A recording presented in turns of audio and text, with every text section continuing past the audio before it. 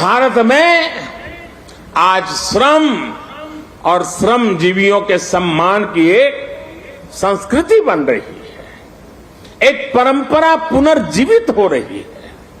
और साथियों, जब नीतियों में संवेदनशीलता आती है तो निर्णय भी उतने ही संवेदनशील होते चले जाते हैं। इसलिए देश अब अपनी श्रम शक्ति पर गर्व कर रहा है। श्रमेव जयते आज देश का मंत्र बन रहा है। इसलिए जब बनारस में, काशी में विश्वनाथ धाम के लोकार्पण का अलौकिक अवसर होता है तो श्रमजीवियों के सम्मान में भी पुष्प वर्षा होती है। जब प्रयागराज कुंभ का पवित्र पर्व होता है तो श्रमिक स्वच्छता कर्मियों का आभार व्यक्त किया जाता है।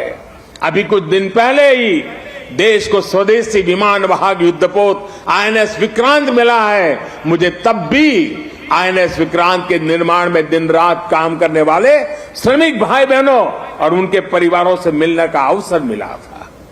मैंने उनसे मिलकर उनका आभार व्यक्त किया। श्रम के सम्मान की परंपरा देश के संस्कारों का अमिट हिस्सा बन रही है। आपको जानकर अच्छा लगेगा कि नई संसद के निर्माण के बाद उसमें काम करने वाले श्रमिकों को भी एक विशेष गैलरी में स्थान दिया जाएगा।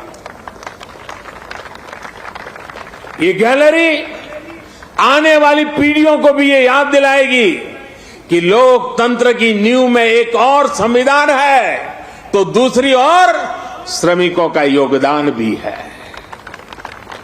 यही प्रेरणा हर एक देशवासी को एक कर्तव्य पथ भी देगा। यही प्रेरणा श्रम से सफलता का मार्ग प्रशस्त करेगी। साथियों, हमारे व्यवहार में, हमारे संसाधनों में, हमारे साधनों में, हमारे इंफ्रास्ट्रक्चर में आधुनिकता का इस अमृतकाल का प्रमुख लक्ष्य है। और साथियों, जब हम इंफ्रास्ट्रक्चर की बात करते हैं तो अधिकतर लोगों के मन में पहली तस्वीर सड़कों या फ्लाईओवर की हो जाती है।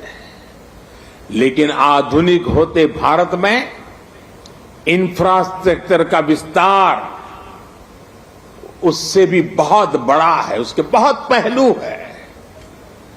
आज Bharat social infrastructure, transport infrastructure, digital infrastructure के साथ ही कल्चरल इंफ्रास्ट्रक्चर पर भी उतनी ही तेजी से काम कर रहा है।